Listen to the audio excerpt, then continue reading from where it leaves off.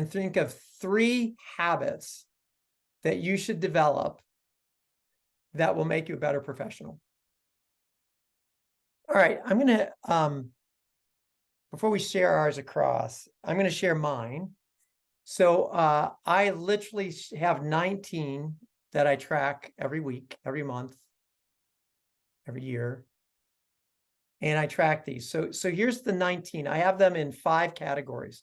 So you don't have to use these, but these are my 5 categories, and I'll go through what they are in each. So first of all, to be a great professional, I have to maintain this body. I got to be healthy.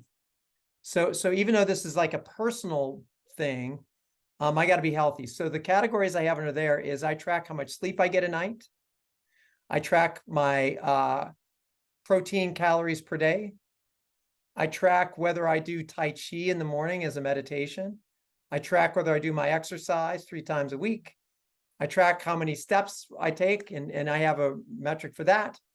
I track whether I drink 3 liters of water every day, which I never do, so I tend to never hit that one. And then I do vocal warm-ups. Vocal warm-ups are important for me because of my breathing issues. So I have 1, 2, 3, 4, 5, 6, 7 of the 19 are just me keeping this instrument available. Cool? So you might have some of those in yours, you may not have. Okay, the second category I have is deepening spirituality. That's important for me. And so am I on the altar once a week? On the altar could mean, what I mean by that is, am I in ceremony once a week where I'm like, ooh, I don't know what's going to happen next. And I get a revelation of some sort or something like that. So I have to do something spiritual every week. And then I have prayer ties. Do I do prayer ties every day? Do I pray every day? That for you could be a meditation or whatever, how you see that. And then I have a monthly sweat lodge. So I track those. Do I do my monthly sweat lodge? Okay, those are things that I do for keeping me connected that way. Cool with that one? Make sense? Okay, the third category is enhancing relationships. Relationships is one of my things. And so I literally track whether I had a good day with my significant other. I track that every day. And by the way, how that runs, just to share with you all, good days, I get a 5 score.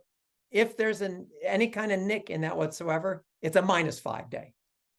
So if I have a great week, I get, all these great points. I get 1 point for a great day.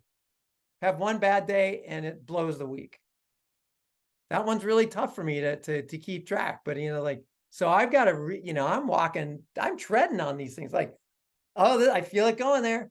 How do I stay positive? How do I stay with this thing? So that's really important for me, my significant other. You're all smiling. This is great. And then I have one with my family, children. It's like, do I track that every week?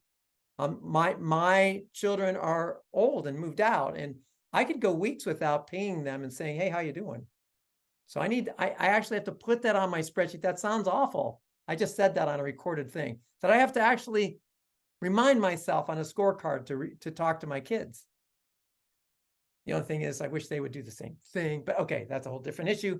And then finally, texts. I try to do 5 texts a day out of the blue to 5 people. And there's a mechanism for this that I love on Facebook and LinkedIn.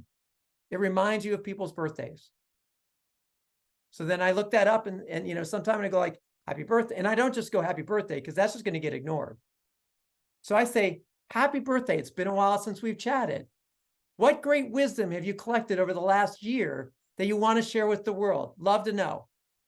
All of a sudden they go to that one. It's not just happy birthday. They have to look at that one. And they have to decide like, or do they go like, oh, he's asking me to interact with him. But then I might also put it there, hey, let's catch up.